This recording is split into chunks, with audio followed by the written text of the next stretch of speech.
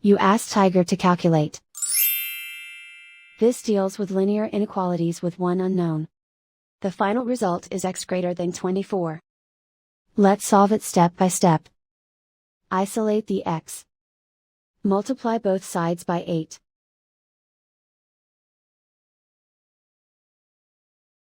Group like terms.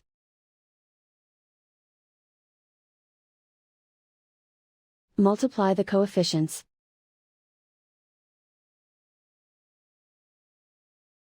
Simplify the fraction.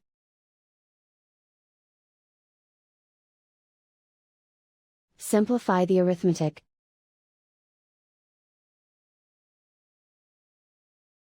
Plot the solution on a coordinate grid.